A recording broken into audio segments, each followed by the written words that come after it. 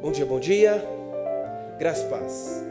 Vamos orar, agradecer ao Senhor, dar início à nossa manhã de redenção. Pai querido, muito obrigado por esse dia. Obrigado por essa manhã, nesse dia perfeito que o Senhor fez. Deus, nós te somos gratos e nos colocamos diante do Senhor, agradecidos por essa oportunidade rica de cantar ao Senhor, oferecer ao Senhor tributo de louvor, da nossa adoração. Também, Deus, pela expectativa que temos de ouvir a Tua palavra. E Deus, nós te agradecemos porque sabemos que o Senhor há de falar o nosso coração. Muito obrigado, Senhor. Te louvamos em Cristo. Amém. Tu és soberano sobre a terra, sobre os céus, tu és Senhor absoluto.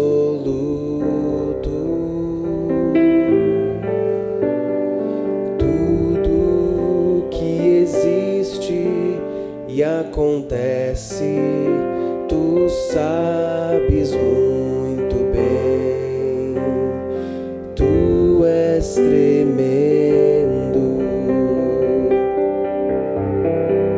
Tu és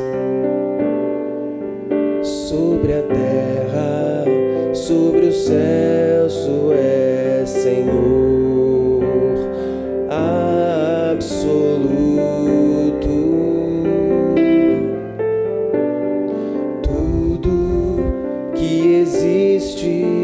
E acontece, tu sabes muito bem. Tu és tremendo. E apesar dessa glória que tens, tu te importas comigo também. Esse amor tão grande eleva-me, amarra-me a ti. Tu és tremendo e apesar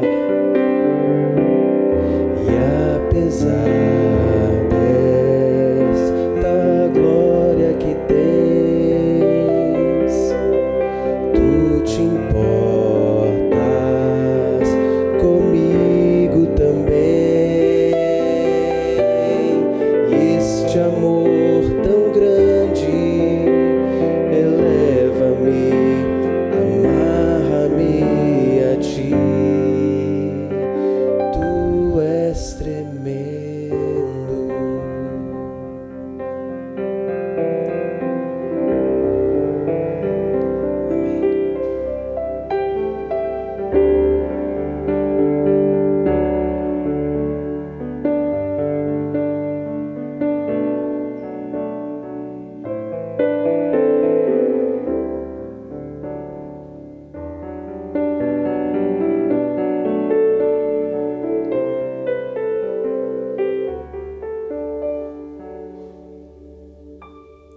Espírito,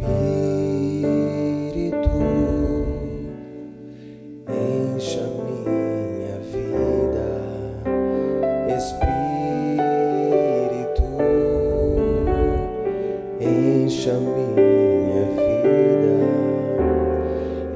Enche-me com teu poder, pois de ti eu quero ser. Espírito, enche meu ser. Espírito, encha minha vida. Espírito, encha minha vida. Enche-me com teu poder,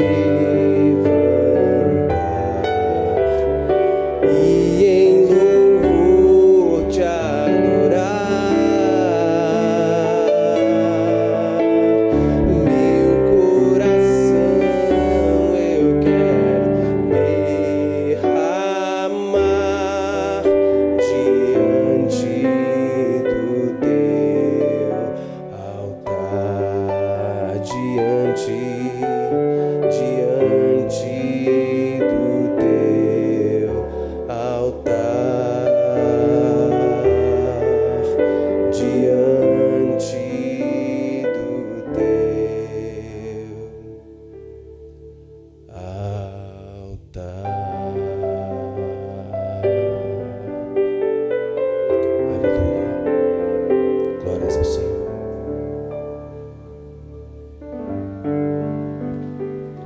Quero convidar você para ficar de pé, tá bom? Cumprimenta a pessoa que está atrás de você aí, dá bom dia, tá bom? Vocês estão muito sentados aí, já logo de manhã, assim, daqui a pouco tem gente dormindo, né? Deus abençoe sua vida, Deus abençoe quem vai acompanhar essa mensagem pela internet. E eu queria ler esse texto com vocês, esse texto da mensagem. Eu queria ler esse texto junto com vocês. Geralmente eu não faço isso, mas hoje eu queria que você lesse comigo, porque é um texto tão maravilhoso, de Gênesis 15, versos de número 4 a 6. Diz assim: E eis que a palavra do Senhor veio a ele, dizendo: Esse não será o seu herdeiro, pelo contrário, aquele que será gerado por você, esse será o seu herdeiro. Então o Senhor levou-o para fora e disse: Olha para os céus e conte as estrelas, se puder contá-las. Ele disse: Assim será a sua descendência, a sua posteridade. Abraão creu no Senhor, e isso lhe foi atribuído para justiça. Tá bom? Deus abençoe você, pode se assentar, tá bom? Vamos lá. Hoje eu queria falar sobre Deus, as promessas de Deus e as estrelas. Tá? Esse texto fala sobre a promessa de Deus e as estrelas. Queria comentar com todos vocês que há um momento na nossa vida que a gente faz uma avaliação. Você pode fazer essa avaliação com 20, com 15, com 30, com 40, com 50, com 60. A gente sempre dá uma paradinha e a gente olha e fala assim: puxa, o que está acontecendo? Será que a minha vida ela faz sentido? Será que aquilo que eu planejei que fosse a minha vida, será que aconteceu? Será que está dando certo? Né? Garanto que quando eu estou falando conosco aqui agora, você já fez essa pergunta. Às vezes a gente até pergunta: será que Deus está comigo mesmo? Porque eu ouço falar muito de Deus, das promessas de Deus para muita gente, mas será que Deus está comigo? Eu olho para Abraão, nessa circunstância da vida dele, e eu acho que é mais ou menos isso que está acontecendo. Já passaram algumas décadas, não passaram alguns dias, e Deus prometeu que vai dar um filho para ele, e ele está esperando. E assim, é engraçado, ou é triste, porque Deus é todo poderoso, Ele não está pedindo um exército, Ele está pedindo um filho. Puxa, como não? Né? E existe um problema de como a gente lida com as promessas. Como a gente lida com a promessa de Deus. A gente olha para a promessa de Deus e a gente lembra das promessas que a gente recebe, né?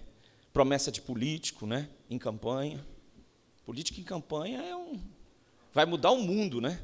Vai mudar o mundo. Não, vou fazer isso, vou fazer 600 mil propostas. E, de repente, você olha e não é mais aquilo. Promessas do trabalho. Às vezes você recebe promessa que vai acontecer uma coisa e não acontece. Você recebe promessas, às vezes, de gente que você ama ou que amou e também não são cumpridas. Então, a gente tem uma promessa e uma expectativa que parece ter um delay, sabe? O que você espera, a promessa, e quando você olha, a região de Israel é bem interessante, porque você pode estar perto do mar, você pode estar num lugar mais alto, ou você pode estar no deserto. E, de repente, você se encontra no deserto. E você fala: puxa, e agora? O que eu vou fazer? Como o tema da gente é a promessa de Deus e as estrelas, eu queria começar falando para vocês o primeiro aspecto aí, que é a decepção e a promessa de Deus. A gente tem um problema que se refere a tempo e espaço. O que isso quer dizer? A gente tem um tempo que a gente quer ver as coisas se cumprindo na nossa vida. E o tempo para nós é ontem. Quando que você quer? Não, eu quero ontem, Deus. Né? E a gente é tão impressionado pelo que a gente vê, que a gente nem consegue quantificar isso. Os nossos olhos precisam do espaço, precisam das coisas visíveis. Quando a gente vê, mas aí não é promessa, né? Já se cumpriu. Mas a gente olha para as coisas e a gente fala: nossa, isso aqui é a promessa. Não, não é a promessa, já se cumpriu. Então, a gente tem um delay, uma distância entre o tempo e o espaço. em relação a Deus. A gente tem uma diferença entre os sonhos e a realidade. Não sei se você é muito sonhadora, sonhador, você que está ouvindo a gente aqui agora, nesse tempo que se chama hoje. Quando a gente é sonhador, a realidade da gente, às vezes, fica muito... né? O sonho e a realidade parecem não compactuar-se. Um está brigando com o outro. Então, a realidade é cruel, o sonho é doce. Né? E aí a gente começa falando, pô, quando que a promessa vai ser sonho? E parece que a gente tem uma grande dificuldade de sonhar também, de uma forma melhor. Tá? Então, eu também queria falar sobre outra coisa que dificulta para a gente. Fecha para nós a porta, por favor. Fecha aí. A gente tem uma permanente frustração. Se você assumir que isso é uma verdade, você vai viver um pouquinho melhor. A gente nunca está satisfeito. Se faz sol, a gente diz, eu podia estar na praia. Se faz chuva, né, a gente diz, não para de chover. Então, parece que a gente tem uma permanente frustração, cara. Eu tenho brincado lá em casa, às vezes alguém vai comentar alguma coisa, você vai dizer, glorifica. Né?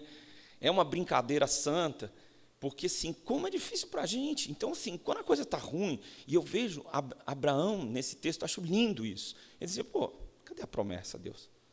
Quem vai herdar é um cara que trabalha para mim. Eu fiz tudo isso, mas e agora? Cadê a tua promessa? Só que a gente fica permanentemente frustrado, gente. Com 20 anos a gente está frustrado, com 30 a gente está frustrado, com 40 a gente está frustrado, porque a gente tem uma expectativa. Quando você vai ficando mais velho, ou você assume que deu errado, ou você continua frustrado também. Né? Ou deu errado e você continua frustrado. E tem um momento que eu queria falar para todos nós aqui, que a gente fica decepcionado com Deus, sabe? E eu queria jogar aberto com você isso. Você está decepcionado com Deus. Pô, Deus, o Senhor é infinito, eu só pedi um filho, eu não pedi um exército. O Senhor me deu um exército, mas eu queria um filho só. Pô, a vizinha tem um filho, né? A gente já começa... E de verdade, a gente não assume que a gente está decepcionado com Deus. A gente fala, estou um pouco triste. Né? Mas você está decepcionado com Deus. Porque tem uma coisa muito comum que a gente faz. A gente passa para Deus os nossos fracassos. Deus, eu casei com aquela mulher e deu errado, ela foi embora. Aí Deus começa a conversar com você, quem casou com quem?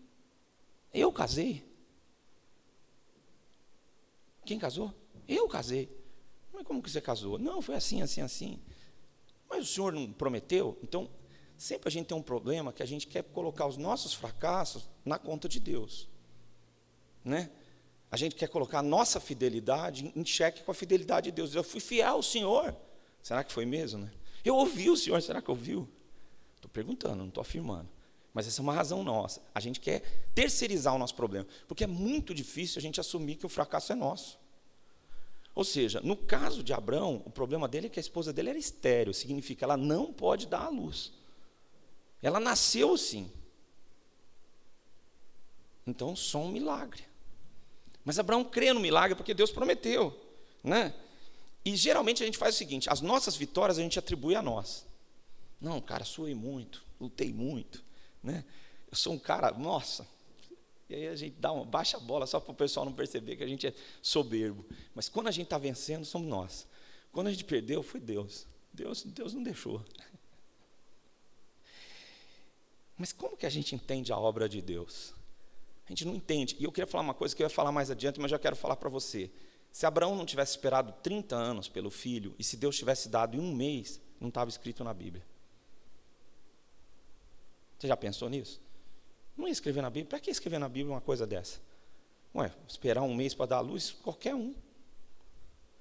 Deus resolveu deixar ele mais de 30 anos esperando. Mas por quê? E resolveu escrever na Bíblia. Nós vamos falar disso daqui a pouco. Sabe? A gente não entende a obra de Deus e é muito difícil para a gente entender quando Deus promete algo. Quando a promessa se cumpre, todo mundo entende, todo mundo quer dar lição. Né? Quando a obra está acabada, todo mundo é engenheiro. Quando o time venceu, todo mundo é técnico. Sabe? Mas a gente não entende a promessa de Deus. A gente lê o Velho Testamento e a gente vê um Messias triunfante, mas também vê ele humilde, montado num jumento, homem de dor, que sabe o que é padecer, vão fazer com ele tudo o que quiserem. Então, você olha as profecias não estão claras. Aí depois que Jesus vem, aí os apóstolos começam só a pregar na Bíblia. No Velho Testamento, está vendo essa profecia? É Jesus. Está vendo esse vitorioso? É Jesus, mas ele não é vitorioso como um imperador romano. Ele é vitorioso na sua vida, ele é vitorioso num reino que é invisível, é vitorioso. Então, quando a promessa se cumpre, todo mundo começa a dizer, não, eu sabia. Né? Então, eu quero dizer a você que tem confiado em Deus, tem querido viver uma vida nova, se entregar a Ele e está vendo as situações muito difíceis. Meu amigo, confie na promessa de Deus, que Ele tem para a sua vida, no amor de Deus. E como é que a gente pode entender as promessas de Deus? O que Deus quer com a promessa dEle? E a gente olha para Abraão e vê isso. Primeiro, Deus quer mostrar que Ele está com você. A Bíblia diz que Abraão foi chamado amigo de Deus. Quando ele espera um filho, ele vai se aproximando de Deus. Porque Deus está sempre perto da gente. A gente que não está perto dEle. E Abraão resolveu viver perto de Deus. Então, o que Deus quer, em primeiro lugar, com uma promessa dEle, não é necessariamente dar um filho, fazer você prosperar, fazer você ser um instrumento de Deus. Tudo isso é bênção, mas o que Deus quer é ser o seu companheiro. Alguém que você vai dar graças, não porque é a oração 47, mas porque você diz, Senhor, o Senhor está comigo aqui, eu quero te agradecer porque eu tenho o que comer.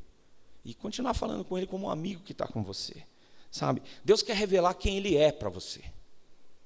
Deus não quer te dar coisas. Hoje as pessoas coisificaram Deus, né? A igreja é um supermercado espiritual, sabe?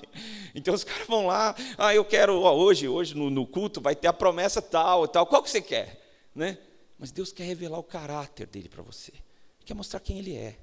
Então assim, tem umas profetadas, irmão, que é do diabo. Já ouvi gente, em algumas igrejas que eu fui, a irmãzinha falando, o Senhor profetizou que aquele homem vai ser meu. Ele está casado com outro, mas vai ser meu. A Bíblia chama essa profecia de adultério. Saca? Não tem profecia que é do diabo mesmo. Entendeu? Então, profecia do diabo, você lê na Bíblia e fala assim, isso aí tem nome, isso aqui eu sei. A hora que ele não vê, pega. Chama roubo, irmão. Entendeu? Então, assim, tem coisas acontecendo que são, absurdas. E assim, Deus quer revelar o caráter dele. Deus não é ladrão, Deus não é a favor do adultério, Deus não é a favor de promessa mentirosa, Deus não é a favor de nada disso. Então, se o cara está pegado nessas promessas e não entende que a promessa de Deus é Ele estar com você, revelar o caráter dele para você e reafirmar na sua promessa que Ele é fiel. Com Deus você não brinca. Você pode cair, levantar, você pode perder tudo, você pode ganhar. Deus é fiel. E Ele não pode negar a si mesmo, diz a Bíblia.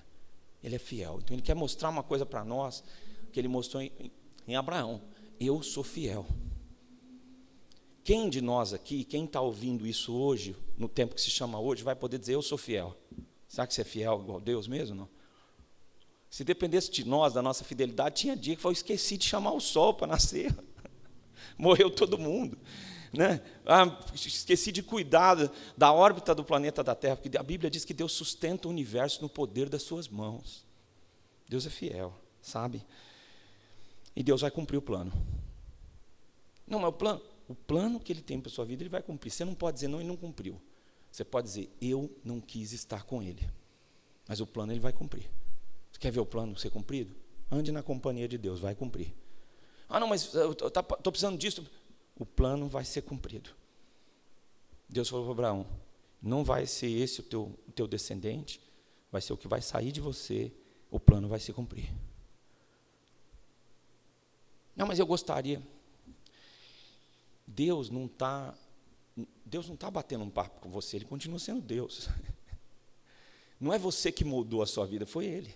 Eu vou fazer o plano. E qual é o plano de Deus? O melhor pode acontecer na sua vida é o plano de Deus. O melhor. Não, eu quero fazer. Você não consegue melhorar, você consegue atrapalhar. Tem uma igreja que eu plantei, que eu sempre dizia o seguinte para ele: você quer ajudar? Não atrapalha. Você quer ajudar a Deus? Não atrapalha. Não ajuda Deus. Deixa Deus trabalhar. O plano vai se cumprir. Tá? Deus vai abençoar você plenamente. Isso é uma promessa bíblica. A promessa bíblica não é que você vai ser a pessoa mais linda do mundo, a mais rica do mundo. Não, Deus vai abençoar você de forma plena. Não tem nada que Deus prometeu que Ele não vai fazer. Mas tem algumas coisas que a gente precisa entender. Ele vai fazer isso no tempo exato. Isso incomoda a gente. O que é o tempo exato? Você chegou no ponto, o busão Está chegando junto. O tempo exato. Deus não trabalha. Não, mas eu queria chegar 1 hora antes e tal, para ter aquela tranquilidade. Não, Deus trabalha com o tempo exato. Ele não trabalha conforme o que você quer. Ele trabalha com o tempo exato. Isso incomoda a gente. Porque para nós o tempo exato é 1 mês antes, 5 meses antes, 1 ano antes. Deus trabalha no tempo exato. E Ele não, um dia depois, 1 hora depois, 1 segundo depois, não. No tempo exato. E por que Deus trabalha no tempo exato? Porque antes do tempo exato você não está pronto. Você está cheio de mandar, cheio de fazer, cheio de ideias. Então Deus entra no tempo exato. Deus trabalha da maneira exata, que é o que eu estou querendo dizer também. Da maneira exata. Não é como você gostaria, é da maneira exata. Está lá e Ele vai fazer da maneira exata. Fala, não, mas eu gostaria de mexer aqui. Não. Entrega na mão de Deus, deixa Deus agir, que Ele vai agir da maneira exata. E o que a gente falou aqui sobre Abraão? Deus quer glorificar o nome dEle ao máximo. Então, se Ele conceder uma coisa antes, se Ele fizer da maneira que você quer, o nome dEle não vai ser glorificado ao máximo. Muitas vezes o que Deus quer, quando você não tem nada para comer, você fala assim, agora só Deus, aí chega a comida. Aí Ele falou, bom, agora eu sou glorificado. Porque só eu podia te socorrer, então agora você vai saber que sou eu. Antes você achou que era seu vizinho, o seu network que ia te ajudar, agora você sabe que sou eu. Se eu der para você um filho agora, nunca vai ser escrito na Bíblia que você ficou orando, clamando por mim décadas. Então eu vou glorificar o meu nome ao máximo na sua vida. Tá? E as tristezas, e as aflições? Ok. Mesmo assim, Deus vai glorificar o nome dEle ao máximo. Para que isso sirva de testemunho para tempos futuros. Lembra da minha serva lá da igrejinha? Quantas vezes a gente não conta a história assim? Tinha uma irmã lá na igreja, e aí aconteceu assim, e a irmã já morreu, mas você está contando a história dela. É isso. Tempos futuros vão ouvir que Deus é um Deus fiel e que as suas promessas vão se cumprir. Você vai fazer isso. E isso vai ajudar que as pessoas declarem que Deus é fiel, que Deus é leal, justo. E você vai dizer, Deus foi fiel. E o nome dEle vai ser glorificado. Segundo lugar, eu queria falar para você sobre a obra de Deus. A obra de Deus, ela está além de todos os limites. Então a gente, ser humano, a gente tem um monte de limites. São as tendas. Provavelmente essa oração começou numa tenda, e Deus o chamou para fora, diz o texto, da tenda. O Senhor quer nos tirar dos nossos limites para a gente enxergar os céus. Ele quer falar, tá bom, filho, eu quero mostrar o plano para você, mas não dá. Você é pequeno demais, sua visão é muito restrita. Você está olhando só ao seu redor, você não está vendo nada. Então é o seguinte, você não está vendo, mesmo que você esteja no deserto, você não está vendo nada. Dentro da tenda você não está vendo. Então eu preciso levar você além de todas as suas expectativas. O texto diz que Deus o chamou para fora.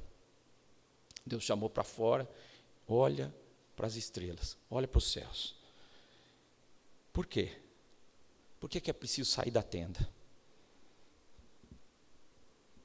Porque na tenda que você construiu, são as suas obras, é tudo que você é capaz de fazer, é tudo que você é capaz de aconchegar. O que Deus quer fazer está além da sua tenda. O que você já tem, o que você construiu, veio dele também. Mas o que Deus quer fazer no futuro, você tem que sair da sua tenda.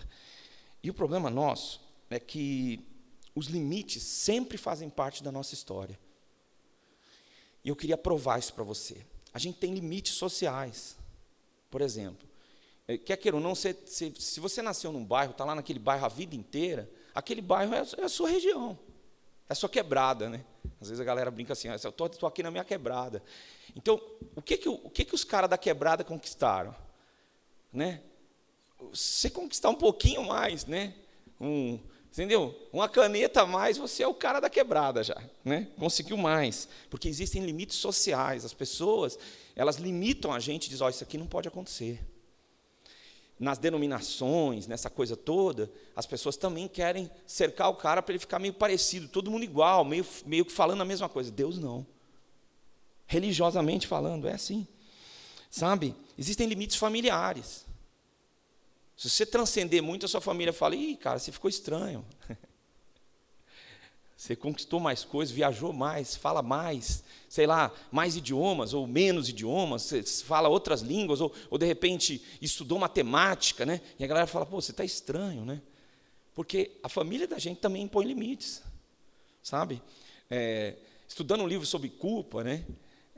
A gente escuta sempre a voz dos pais da gente dizendo algumas coisas que são nossos ensinos. Lá em casa, a mamãe abria, quando você abria a geladeira, passou alguns segundos, minha mãe gritava de onde fosse, que ela escutava a geladeira e falava, fecha a geladeira, né? Então era assim, eu lembro quando eu comprei a minha primeira geladeira e fui morar sozinho, na minha primeira casinha, eu abri a geladeira e escutei a voz da minha mãe já na minha mente, falando, fecha a geladeira. E esse dia eu resolvi tomar um geladinho, fiquei com a geladeira aberta um pouco, né, para desobedecer, né? Sozinho na minha casa, na minha geladeira. Então a gente segue limites muito estreitos, sabe? Que a gente não imagina o quanto a gente é parecido com os nossos familiares. E Deus quer fazer uma obra, mas ele fala, mas meu amigo, eu quero fazer uma obra na sua vida. E de repente você está dentro da mesma tenda, da mesma história, fazendo a mesma coisa. E vamos falar a real, naturalmente ninguém anda pela fé. A gente anda pelo que a gente tem, pelas conexões que a gente quer fazer plano com dinheiro, a gente quer tudo na mão. Mas fé é o que você não tem. Tá? Fé, diz a Bíblia, não é o que você vê, é o que você não vê. E o texto diz que Abraão creu pela fé, mas era o único jeito, porque naturalmente a esposa dele continuava há décadas estéril, era impossível para ela dar luz. E ele continua esperando. E quando Deus faz essa promessa dizendo, é de você que vai sair o descendente, ele creu, diz a palavra. E pela fé, Deus colocou isso na conta dele, diz, é pela fé que eu vou salvar você. Num determinado ponto, gente, da nossa história, a gente assume que a gente faliu. Tem gente que não tem coragem de assumir que faliu. Faliu emocionalmente, faliu no trabalho, faliu nos seus planos profissionais, mas a gente não tem coragem, mas secretamente a gente já declarou falência. Bom, eu estou tocando, mas deu tudo errado. Deus não. Com Deus não é assim. Ele não falha, ele vai cumprir o propósito. Tá? Quais são as lições que Deus quer criar, quer ensinar para Abraão e para nós todos aqui, nesse ponto da mensagem? Quando você começa a olhar as estrelas no deserto, você vê muita estrela. E a gente é muito imediatista. Hoje, as pessoas estão ficando 8 segundos presos na internet, depois elas soltam, 3 segundos, depois elas mudam de ideia. E aí a gente quer ler a Bíblia da mesma forma. Quando Deus falou para Deus, conta as estrelas, eu não creio que Deus continuou falando com ele, não. Ele falou, conta as estrelas. E Abraão ficou. Se é que podes. E eu creio que Deus deixou ele, olhando as estrelas um pouco, na presença dele.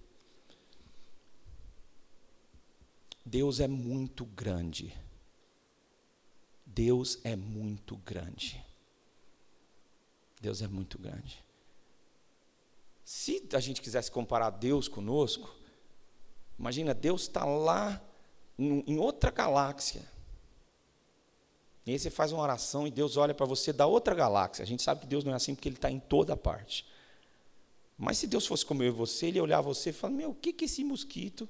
O que é essa célula, esse ser unicelular está clamando por mim aqui agora? E não é nada. Mas Deus está em toda parte.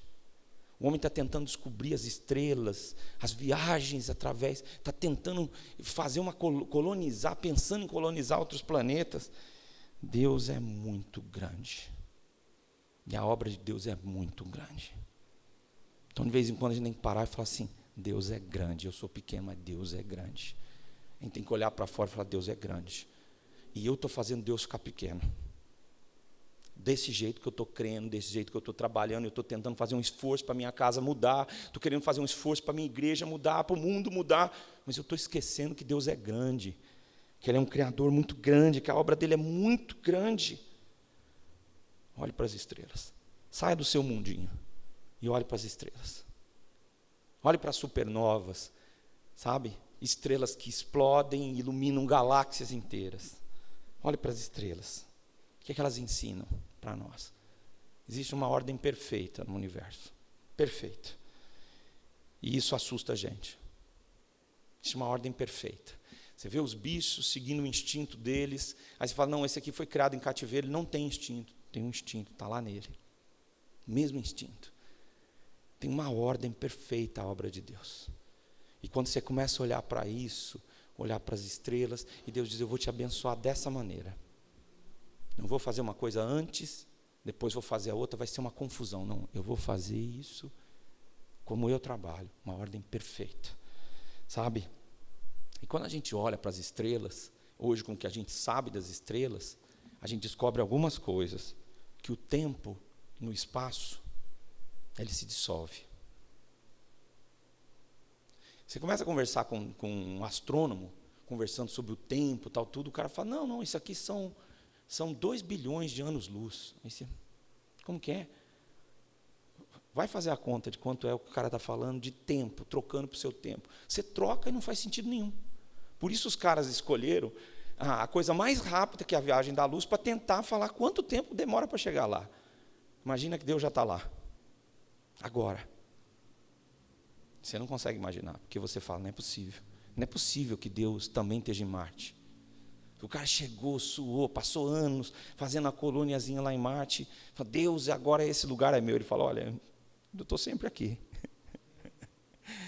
Sempre que o sol, eu quero ver o sol de uma forma diferente, eu estou olhando aqui, sabe? As distâncias, quando você olha para as estrelas e pensa nelas também, você perde toda a referência. Então, para nós, o tempo e a distância para chegar num lugar é vital. A gente está nos aplicativos, na nossa história, a gente fazendo um cronograma, daqui a um tempo eu vou chegar ali. Né?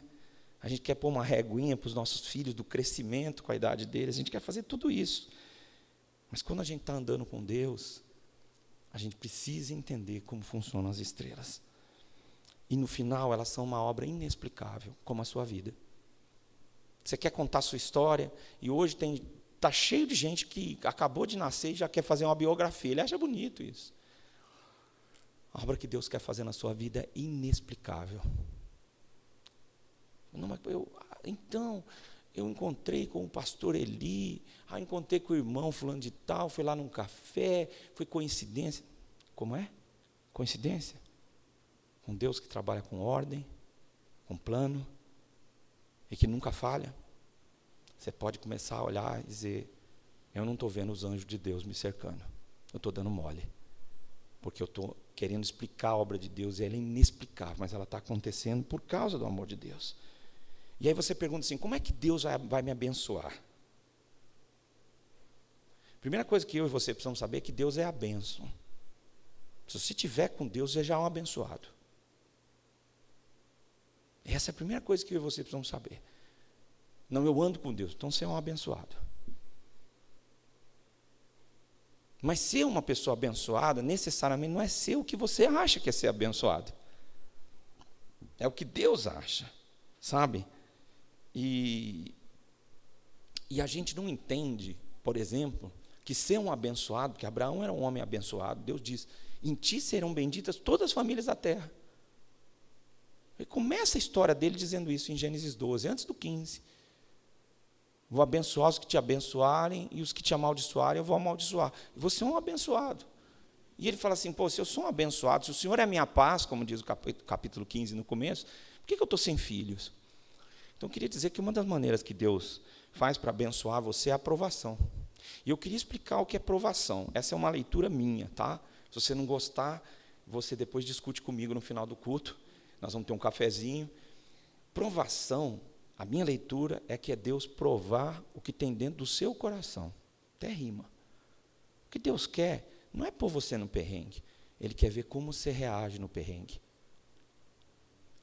Ele quer ver que tipo de estudante você é. Se você maldiz ou glorifica.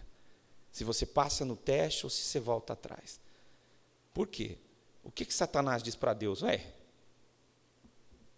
Já é um abençoado. Por isso que ele só glorifica. Se as coisas começarem a dar errado para ele, você vai ver o que ele vai fazer. E aí surge o capítulo 2, Deus diz, você viu Jó? O capítulo 1 começa, você já viu Jó? Conhece Jó? Satanás, que esse cara não... Você tirou tudo dele, você sabe quem é Jó? Não. Você viu quem é ele? Deus quer ser glorificado na nossa vida. Então vamos falar de algumas coisas que a gente não entende.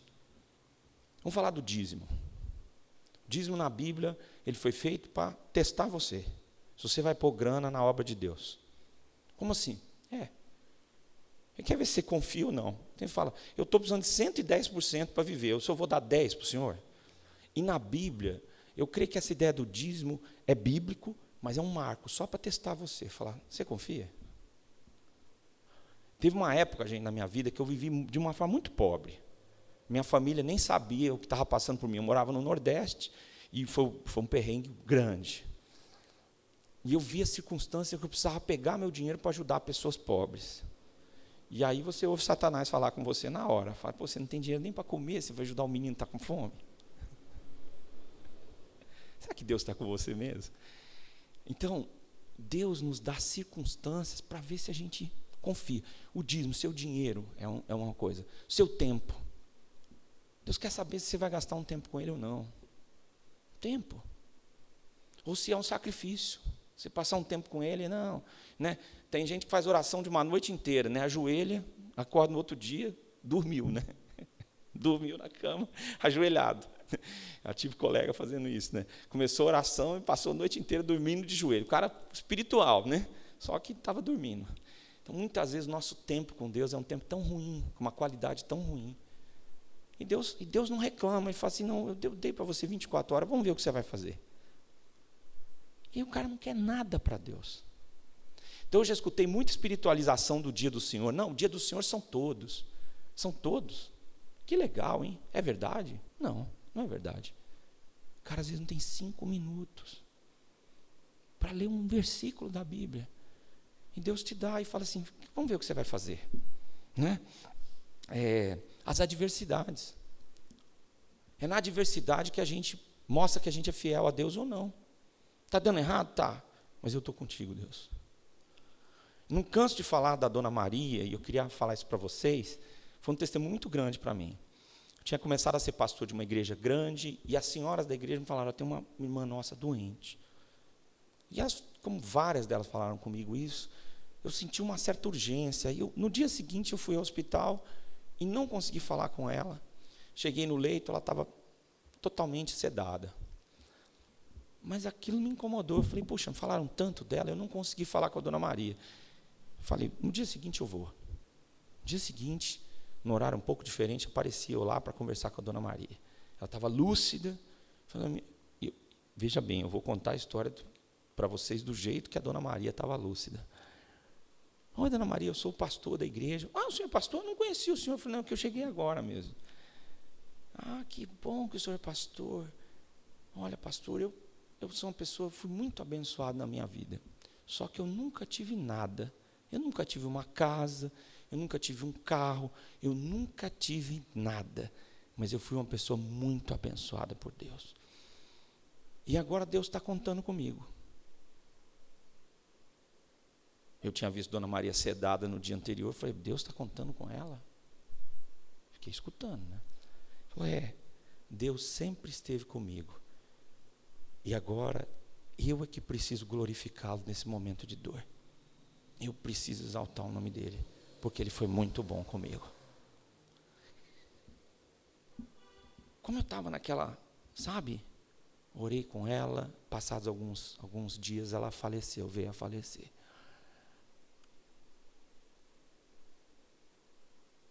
A última canção precisa ser cantada hoje. Aquela que exalta o nome de Deus quando tudo está dando errado. Precisa ser cantada. Os céus vão ouvir, sim, mas os demônios também vão ouvir. Estou com o Senhor, sou feliz. Não importa o que acontecer, eu sou feliz. Estou contigo. Não é só o Senhor que está comigo, eu também estou contigo. Está ruim. O sapato furou, aquela aguinha entrando está me incomodando. Satanás está falando muita coisa, mas eu estou contigo. Eu estou contigo quando o filho não chegou, quando a promessa não se cumpriu, quando o Senhor pediu para mim dinheiro, tempo, quando as coisas deram errado, eu estou com o Senhor. Quando Satanás está me tentando, eu também estou com o Senhor. Eu vou repreendê-lo. Eu não vou ceder. Eu estou contigo. Todas estas coisas da provação, vão revelando o nosso caráter para Deus. E Deus diz, eu vou abençoar esse homem, porque ele não é egoísta, porque ele não pensa só em si, porque quando a coisa fica ruim, ele fica firme, e porque o caráter dele está ligado a mim, ele é parecido comigo, ele é fiel. Eu vou abençoar esse homem. Mas depois que eu der o dízimo, Deus vai abençoar. Não, vão surgir outros desafios. Deus vai mostrar gente pobre para você, vai mostrar outras necessidades. Mas depois que eu dedicar mais tempo, está tudo beleza. Não, Deus vai chamar você para se dedicar mais a Ele. Mas o que vai acontecer? Vão acontecer as adversidades, você vai passar por elas, porque Deus está com você. E o seu caráter, seu crescimento espiritual vai tomar uma outra proporção. Tudo isso vai acontecer porque você creu em Deus. E creu que Ele é fiel. E você então chega na promessa, no fim da promessa, e se encontra com a fidelidade de Deus. Deus dizendo, meu filho, é isso aí. Pode abraçar Isaac e pode chorar. Pode se alegrar. O nome dele é gargalhada, riso, aberto. Porque eu cumpri. E porque eu vou sempre cumprir minhas promessas. Mas a primeira coisa, olha para as estrelas. E conte-as. Vai ser assim a maneira como eu vou te abençoar. Gente, eu não creio. E falo para você que está acompanhando a gente pela internet também, que Deus resolveu abençoar, como diz o texto, só Abraão, como a Bíblia diz, nas cartas de Paulo, todos que creem são filhos de Abraão. Assim vai ser abençoada a sua posteridade. Eu creio que Deus resolveu abençoar você. Eu creio que as promessas de Deus e as estrelas são um ensino para nós, que a gente precisa retomar para entender que nós somos um povo abençoado. Que Deus te abençoe, que Deus mova seu coração para crer nele, que Deus mova o seu coração para confiar nele e entregar a sua vida a Ele. Vamos ficar de pé? Vamos orar? Como todo mundo que está aqui não é a primeira vez, nós vamos depois para o nosso cafezinho, vamos conversar, vamos passar um tempo aí, contando um pouco das nossas experiências de fé. Que Deus nos abençoe, meus irmãos. Vamos orar? Senhor, obrigado pela tua promessa, Senhor, que vai se cumprir. Eu abençoo meus irmãos e peço que a tua bênção, que a tua presença na nossa vida seja sobre nós. Molda o nosso coração, Senhor. Rompe com os limites que nós estabelecemos, Senhor. Em nome de Jesus. Que a graça de nosso Senhor e Salvador Jesus Cristo, que o amor eterno de Deus o Pai e as consolações do Espírito Santo sejam sobre vocês hoje e para todo sempre. Amém.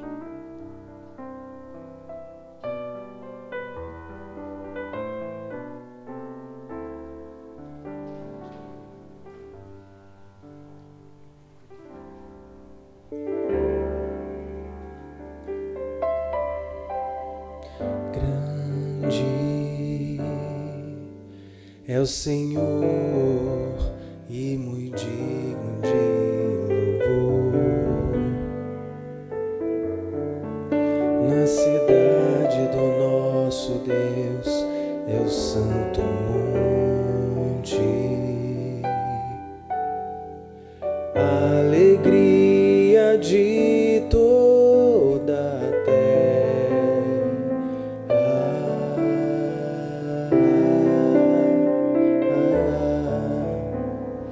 grande é o Senhor em quem nós temos a vitória.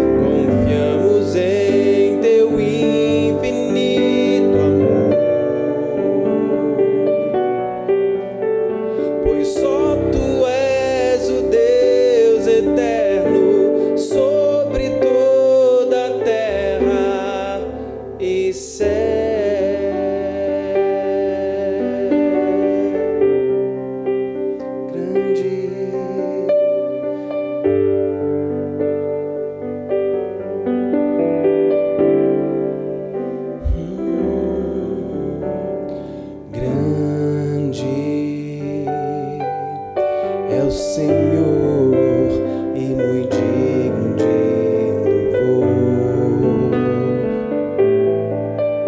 Na cidade do nosso Deus, Deus Santo monte,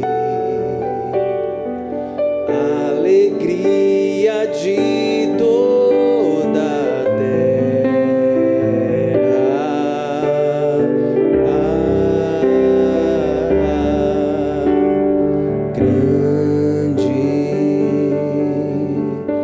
é o Senhor em quem nós temos a vitória e que nos ajuda contra o inimigo. Por isso, diante dele nos prostramos.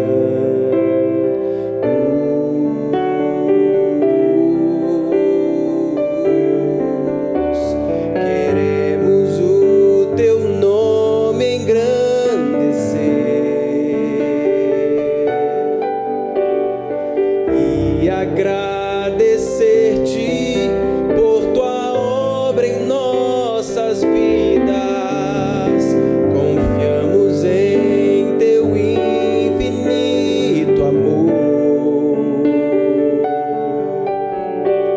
pois só tu és o Deus eterno sobre toda a terra e céu.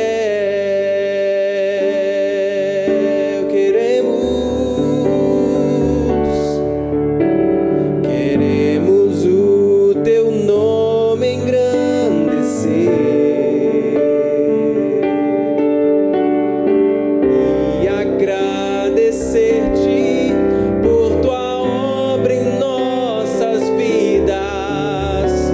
Confiamos em teu infinito amor, pois só tu és o Deus eterno sobre toda a terra e céu.